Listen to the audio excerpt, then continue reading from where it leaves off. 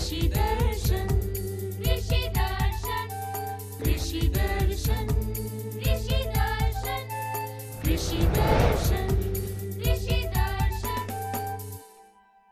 किसान भाई बहनों को झुमकी बहन का तहे दिल से जोहार। और साथ ही साथ गंदरू भाई की तरफ से भी किसान भाइयों को नमस्कार। जी हाँ, आज बहुत ही बढ़िया त्योहार है। हमारी ज्ञानदायिनी माँ, हमारे विद्यादायिनी माँ सरस्वती का आज त्योहार है।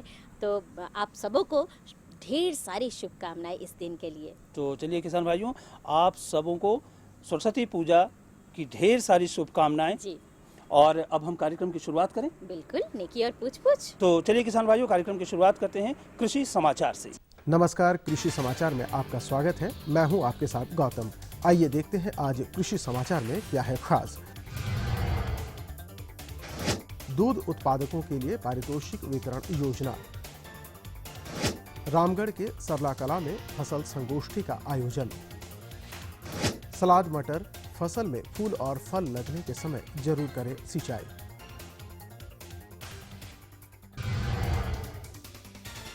और अब समाचार विस्तार से। गव्य विकास निदेशालय, पशुपालन विभाग, झारखंड सरकार की ओर से राज्य में दूध उत्पादन से जुड़े पशुपालकों के बीच पारितोषिक वितरण करने की योजना है। इसके लिए दूध उत्पादन से जुड़े किसानों, दूध उत्पादकों और लघु डेयरी उद्यमियों से विहित प्रपत्र में आवेदन आमंत्रित है। पारितोषिक वितरण 2 स्तर, जिला स्तरीय एवं राज्य स्तरीय श्रेणी में बांटा जाएगा। जिला स्तरीय पुरस्कार के लिए आवेदन संबंधित जिला गव्य विकास कार्यालय में तथा राज्य स्तरीय पुरस्कार के लिए आवेदन संबंधित जिला गव्य विकास पदाधिकारी के माध्यम से निदेशक गव्य विकास निदेशालय, कमरा नंबर 215, नेपाल हाउस, डोरंडा, रांची में 10 फरवरी 2014 तक जमा कर देना है। पिछले दिनों रामगढ़ जिला के गोला प्रखंड स्थित सरला कला गांव में सब्जी फसल उत्पादन, विपणन और प्रबंधन विषय पर एक संगोष्ठी का आयोजन किया गया। इस दौरान कृषि वैज्ञानिकों और किसानों के बीच सीधा संवाद कायम हुआ, जिसमें वैज्ञानिकों ने किसानों द्वारा कृषि समस्याओं से संबंधित पूछे गए प्रश्नों का उत्तर दिया। क्यों नहीं ऐसा हो सकता है कि गांव के ही कुछ युवक एक समूह बना ले, हमारे स्कीम्स का फ़ायदा उठाकर कुछ कोल्ड वैन वगैरह ले ले और उसके माध्यम से बनी बनाई सब्जी को दूरस्थ बाज़ारों में ले जाए, जहां उसके लिए ज़्यादा पैसा मुनाफा मिलेगा और वो सीधा किसान को या गांव के किसी व्यक्ति को उसका मुनाफा होगा। अभी जो बाहर का आदमी आके मुनाफा ले जा रहा है, उस सिस्टम को, उस प्रथा को, उस परिपाठी को हमें तोड़ना होगा। और ये तभी होगा जब आप सब लोग मिल के उसके लिए तैयार होंगे। सलाद मटर में जब फूल और फल निकलने लगे तब आवश्यक रूप से सिंचाई करना चाहिए। साथ ही अभी के मौसम में एक सिंचाई जरूर करना चाहिए। अगर ड्रिप इरिगेशन किया जा रहा है तो फसल को 1 घंटा जरूर पटवन करें। सलाद मटर की खेती में फसल की कुछ खास अवस्थाओं में सिंचाई करना बहुत जरूरी होता है। सलाद मटर के बेहतर उत्पादन में पटवन की अहमियत के संबंध में कृषि वैज्ञानिक का कहना है। सिंचाई, जैसे मैंने बोला हूँ, जो फूल आने के समय और फली बढ़ने के समय नामी होना अति आवश्यक है। तो किसान भाई ये ध्यान में रखे, जो समय समय पर सिंचाई दे। जैसे अभी जाड़ा का मौसम है तो इस समय हफ्ता में 1 दिन पानी देने से भी काम चल जाता है, कोई दिक्कत नहीं है। जो लोग मल्चिंग का इस्तेमाल करता है और ड्रिप सिंचाई करते हैं तो उसके लिए भी मतलब अच्छे तरीक़े से खेती कर सकते हैं, खरपतवार नहीं होता है, कम पानी में खेती हो जाता है। और जो कि रोज़ टपकन विधि से सिंचाई होता है, आधा घंटा 1 घंटा, तो उसी में जो पौधा का जो ज़रूरत वो पूरा हो जाती है। मिट्टी अंदर में भुरभुरा रहती है, उसमें पौधा का वृद्धि विकास भी अच्छी होती है। राज्य के जो किसान सब्जी फसल बैगन की खेती करना चाहते हैं, वो इस फसल से अधिक उपज हासिल करने के लिए बैगन के साधारण किस्मों में स्वर्ण नीलिमा, स्वर्ण श्यामली लगाएं और संकर किस्मों में स्वर्ण अजय या स्वर्ण शक्ति लगाएं। बैगन में रोगरोधी किस्मों का बहुत ही अपना महत्व है और हमारे झारखंड प्रदेश में जीवाणु मुरझा रोग बड़े पैमाने पर आता है।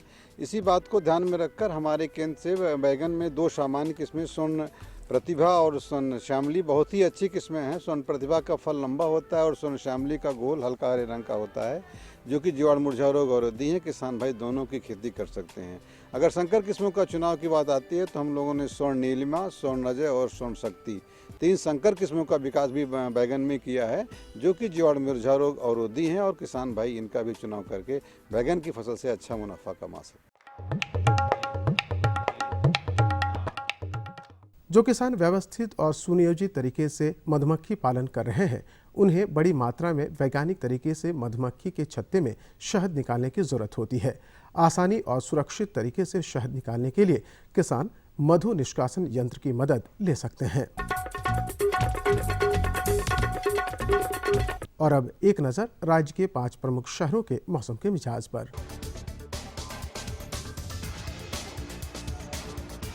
आज राज्य के 5 प्रमुख नगरों के अधिकतम और न्यूनतम तापमान कुछ इस प्रकार दर्ज किए गए। रांची का अधिकतम तापमान 26 डिग्री सेल्सियस और न्यूनतम 9 डिग्री सेल्सियस। जमशेदपुर का अधिकतम तापमान 28 डिग्री सेल्सियस और न्यूनतम 14 डिग्री सेल्सियस। मेदिनीनगर का अधिकतम तापमान 26 डिग्री सेल्सियस और न्यूनतम 10 डिग्री सेल्सियस। देवघर का अधिकतम तापमान 28 डिग्री सेल्सियस और न्यूनतम 12 डिग्री सेल्सियस। वहीं धनबाद का अधिकतम तापमान 29 डिग्री सेल्सियस और न्यूनतम 16 डिग्री सेल्सियस रहा।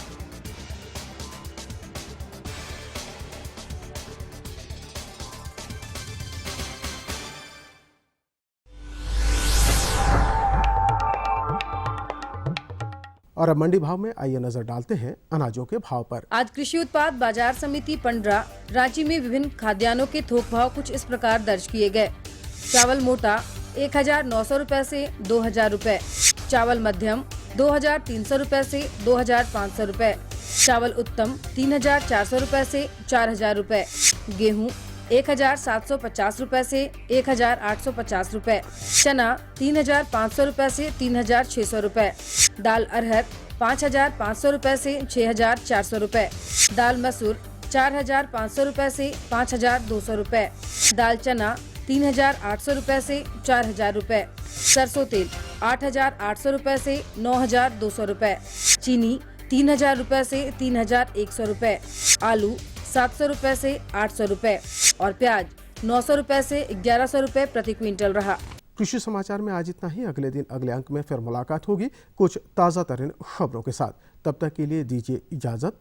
नमस्कार, जोहार। कृषि समाचार के अंतर्गत आपने जानकारी ली मंडी के भाव के बारे में, मौसम के मिजाज के बारे में और तरह तरह की खेती बाड़ी के बारे में। लेकिन अब वक्त हो चला है एक छोटे से विराम का। तो इस विराम के बाद हम पुनः हाजिर होते हैं। तब तक आप बने रहिए किसान भाइयों हमारे साथ। ये लो और बताओ। बस। अरे ये क्या भैया जी, बस इतनी सी रासायनिक खाद? किसानी छोड़ रहे हो क्या? किसानी नहीं, नादानी छोड़ रहे हैं। मिट्टी की जांच कराई है।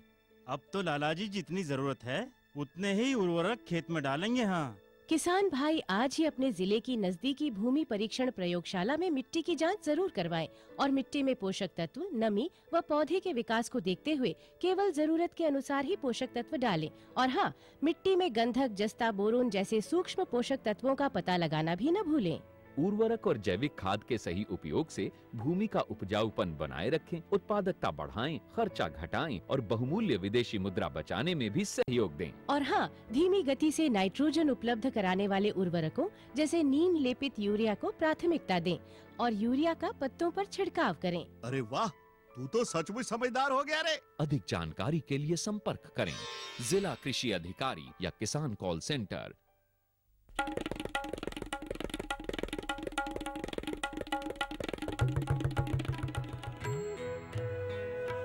अम्मा जी, मैं चली स्कूल पढ़ने। स्कूल? पर शादी के वक्त तो तूने कहा था कि तू पढ़ी लिखी है। अरे अम्मा जी, फार्म स्कूल जा रही हूँ खेती की नई नई बातें सीखने। आप भी चलो ना। फार्म स्कूल, जहाँ खेतों में पैदावार बढ़ाने की हर बात किसानों को सिखाई जाती है, जैसे मिट्टी के हिसाब से सही खाद, बढ़िया बीज और जरूरत के मुताबिक कीटनाशक, ताकि कम लागत में अधिक मुनाफा। क्या करूं? हाँ, मैं ऐसे ही करूंगा। हाँ, अच्छा मैं जा रहा हूँ। अच्छा, जी जी जी। हाँ जी जी जी। किससे बात कर रहे थे इतना हंस कर? किसान कॉल सेंटर, विशेषज्ञ से खेती के बारे में सलाह ले रहा था। सुबह भी, रात को भी? किसान कॉल सेंटर सुबह 6 बजे से रात को 10 बजे तक खुलता है। रविवार को भी? हाँ भाई, साल के 365 दिन खुलता है। और इतना फोन का बिल कौन भरेगा? अरे किसान कॉल सेंटर की सेवा मुफ्त है। पर तुम ये सब क्यों पूछ रही हो? मैं तो कुछ और ही समझी थी। किसान भाई कृषि संबंधी समस्याओं का अपनी भाषा में तुरंत समाधान पाने के लिए पूरे भारत में किसी भी फोन से राष्ट्रीय हेल्पलाइन नंबर 1800-1801-1551 पर संपर्क करें। किसानों का दोस्त किसान कॉल सेंटर। विराम के बाद एक बार फिर से स्वागत है आप सभी किसान भाई बहनों का। अब बारी है पिटारा खुलने का। तो चलिए किसान भाइयों, पिटारा खुल गया। अभी रबी का मौसम है और रबी के मौसम में हम लोग तिलहनी फसलों का भी उत्पादन करते हैं।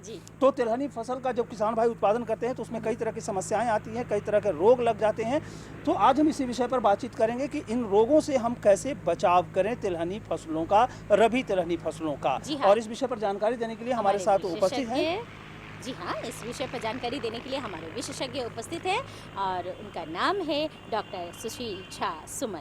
आज हम विरसा कृषि विश्वविद्यालय में हैं और आज हमारे साथ है जाने माने विशेषज्ञ डॉक्टर सुशील झा सुमन, जो हमें बताएंगे कि रबी तिलहनी फसलों में लगने वाले कौन कौन से रोग हैं और उनका निदान किस प्रकार से करें, उसके बारे में आपको विशेष जानकारी देंगे। सबसे पहले मैं ये जानना चाहेंगे कि रबी तिलहनी फसल कौन कौन से हैं, उसके बारे में हमारे किसान भाइयों को बताएं।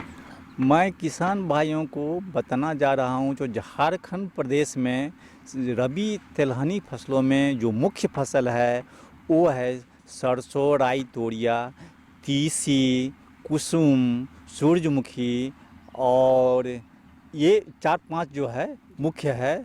तो सर इसमें जो है कौन कौन से मुख्य रोग हैं उसके बारे में हमारे किसान भाई ज़रूर जानना चाहेंगे, उसके बारे में बताएं। ये मैं किसान भाइयों को संक्षेप में बताना चाह रहा हूँ। जो राई या सरसों ये जो है ये तिलहनी फसल में 1 नंबर में ये फसल आती है। इस फसल में मुख्य रोग जो है जो श्वेत कीट है, श्वेत कीट या व्हाइट रस्ट उसको बोलते हैं इंग्लिश में। और श्वेत कीट में होता है क्या, जो पत्ते पर में छोटे छोटे सफ़ेद रंग के फफूले हो जाते हैं और ये रप्चर्स हो जाते हैं और सफ़ेद चूर्ण बाहर आ जाते हैं। तो किसान भाइयों को समझना चाहिए ये श्वेत कीट है या वाइट रस्ट। इसकी रोकथाम करने के लिए मैं संक्षेप में किसान भाइयों को बताना चाहता हूँ कि जब बीज का खेत में लगाएं तो बीजोपचार करके ही लगाएं। बीजोपचार करके लगाने के लिए बीज की मात्रा जो है वो फफूंदनाशक जैसे कार्बेंडाजिम है या रैक्सील है। तो रैक्सील 1.5 ग्राम 1.5 ग्राम दवा प्रति किलोग्राम बीज के दर से बीजोपचार करके लगाने से ये श्वेत कीट की बीमारियां जो हैं सो कम हो जाती हैं। उसके बाद किसान भाई को मैं और सलाह देता हूँ, जो यदि रैक्सील नहीं मिले तो कार्बेंडाजिम या कॉपर ऑक्सीक्लोराइड कार्बेंडाजिम 2 ग्राम प्रति किलोग्राम बीज के दर से बीजोपचार करना चाहिए या कॉपर ऑक्सीक्लोराइड 3 ग्राम प्रति किलोग्राम बीज के उपचारित करके ही खेत में सरसों को लगाना चाहिए। यदि खड़ी फसल में श्वेत कीट का प्रकोप होता है तो खड़ी फसल में मैंकोजेब M45 इंडोफिल M45 के नाम से बाज़ार में मिलता है। तो मैंकोजेब की मात्रा जो 2.5 ग्राम दवा मैंकोजेब प्रति लीटर पानी में घोलकर उसको खेत में 10 दिनों के अंतराल पर 2 से 3 बार छिड़काव करना चाहिए। उसके बाद मैं बताना चाह रहा हूँ, जो एक अल्टरनेरिया या सर्कोस्क्रा लीफ ब्लाइट भी जिसको पत्र लांछन रोग कहते हैं वो सरसों में लगता है। इस रोग का मुख्य लक्षण है जो पत्तियां पर में और स्टेम पर में तनों पर में लंबे गोल गोल अंगूठी नामा उस धब्बे जो चूर्ण में परिवर्तित हो जाता है बाद में, लेकिन वो जो फीके रंग के गहरे फीके नारंगी रंग के अंगूठी नामा धब्बे बनते हैं, जिस धब्बे को बाद में देखते हैं जो सिकुड़ करके ऊँटनुमा हो करके पत्तियाँ सूख जाती है। तो पत्र लांछन रोग में भी किसान भाइयों को सलाह देते हैं, जो खड़ी फसल में यदि पत्र लांछन रोग लगे तो मैंकोजेब 2.5 ग्राम प्रति लीटर पानी में घोलकर 10 से 12 दिन के अंतराल पर 2 से 3 बार छिड़काव करना चाहिए, तो पत्रलांछन रोग जो है वह उसकी रोकथाम हो जाती है। और मैं किसान भाइयों को बताना चाह रहा हूँ, जो उसी तरह से सरगुजा में, सूरजमुखी में भी ये रोग लगते हैं। उस रोग में आप सरगुजा या सूरजमुखी या कुसुम जो तिलहनी फसल है, इसमें भी बहुत रोग लगते हैं। तो उस कंडीशंस में जब खड़ी फसल जो होती है, खड़ी फसल में 2.5 ग्राम प्रति लीटर पानी दवा में घोल करके उसका छिड़काव 10 से 12 दिन के अंतराल पर 2 से 3 बार करने से ये बीमारी की रोकथाम हो जाती है। यदि कार्बेंडाजिम जो मार्केट में इंडोफिल M45 के नाम से जाना जाता है, ये नहीं मिले तो कार्बेंडाजिम जो है वो 500 ग्राम दवा प्रति लीटर पानी में घोल करके उस दवा के छिड़कना चाहिए, तो ये बीमारियां कम हो जाती हैं। डॉक्टर साहब, ऐसे बहुत से ऐसे कारण होते हैं जो हैं जिनके कारण जो है बीमारियां लगती हैं, हमारी फसलों को, खासकर तिलहनी फसलों को काफ़ी नुकसान पहुंचता है। तो वो कौन कौन से कारण हैं, वो भी हमारे किसान भाई ज़रूर जानना चाहेंगे। हाँ, कारण यही तो इसमें कुछ सॉइल बॉर्न डिजीज होते हैं, जो कुछ एयरबॉर्न होते हैं, कुछ सीड बॉर्न, जो कुछ बीमारियां जो होती हैं, मैं किसान भाई को बताना चाह रहा हूँ, जो बीज से पैदा होते हैं, कुछ हवा में पैदा होती हैं, और कुछ बीमारियां जो हैं सो मिट्टी से पैदा होती हैं, मिट्टी से पैदा होती है। तो मैं इस बीमारियों में ये सॉइल टेम्परेचर, वेदर, ये क्लाउडी वेदर, ये सारे फैक्टर्स मिलकर के बीमारियां आती हैं। तो इस चीज़ को ध्यान में रखते हुए तब हम लोग, तो किसान भाइयों को सलाह दी जाती है, जो समेकित रोग प्रबंधन के अंतर्गत सर्टिफाइड सीड या जिसको हम प्रमाणित बीज कहते हैं, उसका ही उपयोग करना चाहिए। खेत में प्रचुर मात्रा में गोबर की सड़ी हुई खाद या खल्ली की मात्रा देना चाहिए। किसान भाइयों की अनुशंसा की जाती, किसान भाइयों को सलाह दी जाती है। और गर्मी में खेत की गहरी जुताई करें। कहने का तात्पर्य ये है, जो 15 से 18 सेंटीमीटर ट्रैक्टर से खेत की जुताई कर दें, उसको खुला छोड़ दें, तो उससे भी बीमारियां कंट्रोल होती हैं। तो किसान भाइयों, आपने देखा कि हमारे विशेषज्ञ ने कितनी अच्छी जानकारी दी। उन्होंने बताया कि अगर हम जो है रबी तिलहनी फसलों की अगर हम देखभाल उचित तरीके से करें तो उनसे हम अधिक से अधिक मुनाफा भी कमा सकते हैं। जी, तो अगले अंक में जो है फिर मुलाकात होगी। जाते जाते हमारे अपने डॉक्टर साहब को जरूर धन्यवाद देना चाहेंगे। डॉक्टर साहब, आप इस कार्यक्रम में इतनी अच्छी जानकारी दी, इसके लिए बहुत बहुत धन्यवाद। धन्यवाद किसान भाई, जोहार। वाह, ये जानकारी तो बहुत ही बढ़िया रहा गंजू भाई। और दूसरी जानकारी आप क्या देने वाले हैं अपने किसान भाई बहनों को? हम दूसरी जानकारी अपने किसान भाइयों को ये देने जा रहे हैं कि किसान भाइयों, हम लोग रासायनिक तो खेती करते हैं, लेकिन अगर रासायनिक उर्वरकों और रासायनिक जो कीटनाशक हैं, उनसे अगर हम बचें और जैविक खेती करें तो हमको क्या फ़ायदा मिल सकता है और किस तरह से हमारे फसलों का जो उत्पादन है वो बढ़ सकता है, इसी विषय पर आज हम जानकारी देने जा रहे हैं कि जैविक खेती की क्या संभावनाएं हैं और उससे कितने फ़ायदे हो सकते हैं, क्या क्या फ़ायदे हैं। और इस विषय पर जानकारी देने हमारे विशेषज्ञ, जी हाँ, इस विषय पर जानकारी दे रहे हैं धनंजय कुमार जी। ये जानकारी बहुत ही ज़रूरी है, बिल्कुल ध्यान से देखिए। आज हम ICAR के रिसर्च सेंटर पलांडू में मौजूद हैं और आज हम बातचीत करने जा रहे हैं जैविक खेती के ऊपर, जैविक कृषि के ऊपर। और हमारे साथ है वरिष्ठ वैज्ञानिक श्री धनंजय कुमार जी। सर, ये बताइए कि जैविक खेती है क्या आखिर?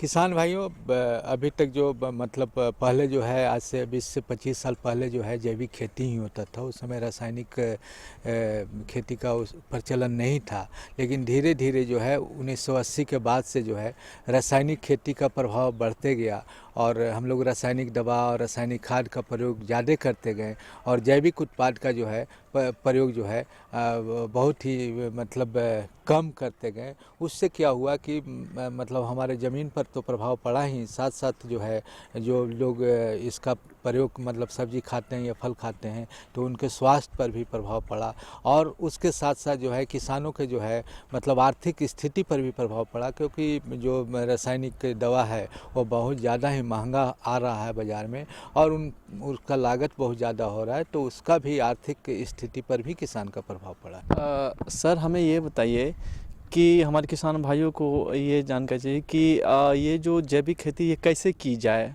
पहले तो किसान भाइयों मैं बताना चाहूँगा कि इसका क्या संभावना है, क्योंकि आपके दिमाग में बैठा हुआ है कि बिना हमारा रासायनिक दवा का या रासायनिक खाद का खेती नहीं हो सकता। तो इसको धीरे धीरे जो है हम एक बार नहीं बोलेंगे कि आप कम करें, लेकिन धीरे धीरे जो है रासायनिक खाद का प्रयोग कम करें, रासायनिक दवा का प्रयोग कम करें, क्योंकि जब ज़रूरत हो तो रासायनिक दवा का छिड़काव करें। बहुत सा जैविक नियंत्रण है, जैविक कीट नियंत्रण है, जैविक रोग नियंत्रण है, तो जिसका के प्रयोग करके हम कम से कम जो है रासायनिक दवा का प्रयोग करेंगे, रासायनिक खाद का प्रयोग कम करेंगे। अगर हम जैविक खाद का प्रयोग करेंगे जैसे कि गोबर की खाद है, केचुआ खाद है, आप हरी खाद है, उसके अलावा नीम की खल्ली है, करंज की खल्ली है और इन सब चीज़ों का अगर प्रयोग करेंगे तो हमारा खेत में जो है उर्वरा शक्ति बढ़ेगा। और अगर हम दवा का प्रयोग कम करेंगे, रासायनिक दवा का प्रयोग कम करेंगे, जैविक दवा का प्रयोग ज़्यादा करेंगे तो हमारा जो है मतलब खेती में जो है लागत भी कम होगा, धीरे धीरे जो है कीट जो है कम होंगे और उर्वरा शक्ति जो है ज़मीन का हमारा बढ़ेगा। तब हमारे किसान भाइयों को ये कि इसके जो जैविक खेती है इसके क्या क्या फ़ायदे हो सकते हैं। किसान भाइयों, पहला तो है कि आपका जो है जो लागत जो है रासायनिक खेती में ज़्यादा है वो कम होगा। दूसरा है कि आपके मिट्टी की जो उर्वरा शक्ति है वह बढ़ेगा। मतलब हर एक साल जैसे अभी क्या होता है कि रासायनिक खाद हम जब प्रयोग करते करते भूमि जो है ऊसर होते जा रहा है, अगर हम उसमें आप रासायनिक खाद डाल भी रहे हैं और जैविक खाद अगर प्रयोग नहीं करेंगे तो पौधा हरा भरा, कुछ दिन तक तो आप यूरिया डालते हैं तो पौधा हरा भरा रहता है, उसके बाद जो है पौधा हरा भरा नहीं होता है। तो जहाँ पर गोबर की खाद का प्रयोग किया गया है वहाँ पर जो है आपको ज़्यादा दिन तक पौधा हरा भरा रहता है। उसके अलावा जो है हमारा जो है मिट्टी से जो बीमारी पैदा होता है, सॉइल बोर्न डिजीज़ जो बोलते हैं, जैसे मुरझा रोग है या सड़ने गलने का बीमारी है, जब हम जैविक खाद का प्रयोग करते हैं, आपके खेत में जैविक खाद की मात्रा अगर ज़्यादा है, हरी खाद का प्रयोग करते हैं तो हमारा जो है उसमें जो है मिट्टी से जो बीमारी पैदा होता है वह बीमारी की कम होता है। और जहाँ तक आपको रासायनिक दवा का प्रयोग का है तो रासायनिक दवा के प्रयोग से एक तो आपका पैसा ज़्यादा लग रहा है, दूसरा जो है कि जो आदमी ले रहे हैं, जो कंज्यूमर हैं, जो आपका उत्पाद को ले रहे हैं वो खा रहे हैं तो उनके स्वास्थ्य पर असर पड़ रहा है और स्वास्थ्य के असर से जो है हमारे मतलब गांव का या शहर का जो पैसा है वह ज़्यादा जो है मेडिकल में चला जा रहा है बनिस्बत कि हमारा आर्थिक उन्नति नहीं हो रहा है। तो हम किसान भाइयों को चाहेंगे, उसके साथ साथ कुछ ऐसा भी होता है कि जैसे कि आपका खेत में अभी फसल तैयार है और जो भी रासायनिक दवा का छिड़काव करते हैं तो रासायनिक दवा का छिड़काव करने के बाद तोड़ाई कम से कम 7 से 8 दिन के अंतराल के बाद ही करना चाहिए। लेकिन आप जो है क्योंकि आप अपना कीट और रोग को देखते हैं, साथ साथ फसल को भी देखते हैं, तो ऐसा हो रहा है कि ज़्यादातर किसान भाई जो हैं आज छिड़काव किए और कल तोड़ाई कर लेते हैं। या बहुत सा दवा जिसका कि प्रयोग जब हमारा फल आ गया है तो उस समय नहीं करना चाहिए, उस समय भी हम उस दवा का प्रयोग करते हैं जानकारी के अभाव में, तो वो सब जो है हमारे पूरे स्वास्थ्य पर, पूरे वातावरण पर उसका प्रभाव पड़ रहा है। तो हम चाहेंगे किसान भाइयों जैविक खेती की ओर बढ़े और जैविक खेती में जो है गोबर की खाद, केचुआ खाद, हरी खाद जो ढैचा है या सनई है उसको आप लगा करके अपने खेत में उसको जुताई कर देंगे तो बहुत ही अच्छा खाद का काम करता है। साथ साथ जो दलहनी फसल है जैसे कि आप सब्जी में लेते हैं तो फ्रेंच बीन है, बोदी है, मटर है, हमारा ये सब दलहनी फसल से क्या फ़ायदा होता है कि अगर हम साल में अपने खेत में एक बार दलहनी फसल को लगाते हैं तो दलहनी फसल से उत्पादन तो होगा ही, साथ साथ वायुमंडल से जो नाइट्रोजन है वो वायुमंडल से नाइट्रोजन को भी दलहनी फसल जो है ज़मीन में आपको फिक्स करता है। तो एक ही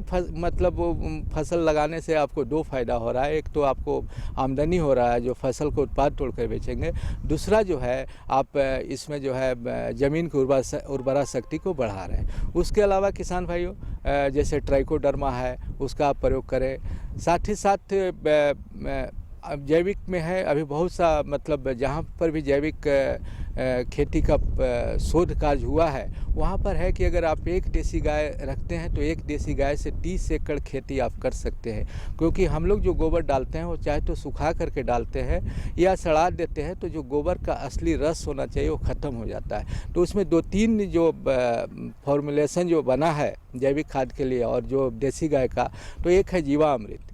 जीवामृत में क्या है कि देसी गाय का पेशाब जो है 1 लीटर, ताज़ा गोबर 1 किलो और 20 लीटर पानी में जो है उसको मिला देते हैं और उसमें 200 ग्राम बेसन और 200 ग्राम गुड़ को मिलाते हैं और मिलाने के बाद जो है उसको छाया में रखिए, सुबह शाम जो है उसको चलाइए। लोहा के बर्तन में नहीं रखना है, प्लास्टिक के या मिट्टी के बर्तन में रखें। अगर इस तरह का इसको घोल को बनाने के बाद 3 दिन के बाद और 7 दिन के पहले इसको छान करके 1 लीटर घोल जो है 10 लीटर पानी में मिला करके चाहे तो आप पौधे के ऊपर छिड़काव करें या अगर टपक सिंचाई है तो आप टपक सिंचाई के माध्यम से भी उसको जड़ में चला सकते हैं। तो जितने तरह का आपका फसल है, चाहे सब्जी हो, फल हो, अनाज वाली फसल हो, दलहनी फसल हो, सब में अगर आप प्रयोग करेंगे तो हम समझते हैं कि आपको यूरिया का प्रयोग करने की ज़रूरत नहीं पड़ेगा। उसके साथ साथ किसान भाइयों मतलब आप एक पंचगव्य भी बन रहा है, जिसका कि पंचगव्य का जो है जैविक खेती में बहुत ही बड़ा प्रयोग है और कोई भी रासायनिक दवाई या रासायनिक टॉनिक ऐसा नहीं बाज़ार में उपलब्ध हो जिसमें कि एक ही घोल में जो पंचगव्य घोल है जिसमें कि 16 तरह का जो पोषक तत्व है, सूक्ष्म पोषक तत्व और मुख्य पोषक तत्व सभी पाया जाता है। उसके साथ साथ जो है कुछ हमारा लाभदायक बैक्टीरिया भी उसमें पाया जाता है। तो अगर पंचगव्य का प्रयोग अपने खेत में करते हैं तो आप उसका बहुत ही भरपूर फ़ायदा उठाएंगे और रासायनिक दवा से आपको छुटकारा भी मिलेगा। किसान भाइयों, अगर आपको जैविक खेती के बारे में विशेष रूप से अगर जानकारी लेना हो तो आप हमारे अनुसंधान केंद्र पलांडू में आकर के हमसे जैविक खेती की जानकारी प्राप्त कर सकते हैं। डॉक्टर साहब बहुत बहुत धन्यवाद, आपने हमारे किसान भाइयों को इतनी बड़ी जानकारी दी, इसके लिए बहुत बहुत धन्यवाद। किसान भाइयों जोहार। तो चलिए ये जानकारी काफ़ी अच्छी थी, लेकिन कुछ और छोटी मोटी जानकारी हमारे पास उपलब्ध है और वो जानकारी हमने प्राप्त की है IMD पुणे से। तो आइए लेते हैं ये जानकारी भी। भारतीय मौसम विभाग पुणे से प्राप्त आज का मौसम पूर्वानुमान इस प्रकार है। आकाश में हल्के बादल रह सकते हैं। हवा दक्षिण दिशा से पश्चिम की ओर 7 किलोमीटर प्रति घंटा की रफ्तार से चलेगी। साथ ही अधिकतम तापमान 27 डिग्री सेल्सियस और न्यूनतम 12 डिग्री सेल्सियस रहने की संभावना है। अब मौसम पूर्वानुमान पर आधारित कृषि सलाह। समय पर बोई गई मसूर, चना और मटर फसलों में फली लगना शुरू हो गया होगा। इन फसलों में अगर फली छेदक कीट का प्रकोप हो तो मोनोक्रोटोफॉस दवा 1 मिलीलीटर प्रति लीटर पानी की दर से बने घोल का छिड़काव करें। आलू फसल के बाद खेत खाली होने पर यदि सिंचाई की सीमित सुविधा हो तो किसान गर्मा मूंग की खेती करें। किसान भाई कम लतरने वाली सब्जी पौधों के बीच 1.5 से 2 मीटर की दूरी रखें। जी, ये जानकारी भी हो गया, लेकिन एक जानकारी और है। आप फटाफट कागज और कलम उठाइए और हमारा पता नोट कीजिए ताकि आप अपनी समस्या और सुझाव हम तक लिखकर जरूर भेज सके। हमारा पता है कार्यक्रम कृषि दर्शन, कृषि प्रकोष्ठ द्वारा केंद्र निदेशक, दूरदर्शन केंद्र, रातू रोड, रांची। पिन संख्या है 834-001। तो हमें रहेगा आपके खतों का बेसब्री से इंतजार। तो किसान भाइयों, इसी के साथ हम सबों को दीजिए इजाजत। नमस्कार।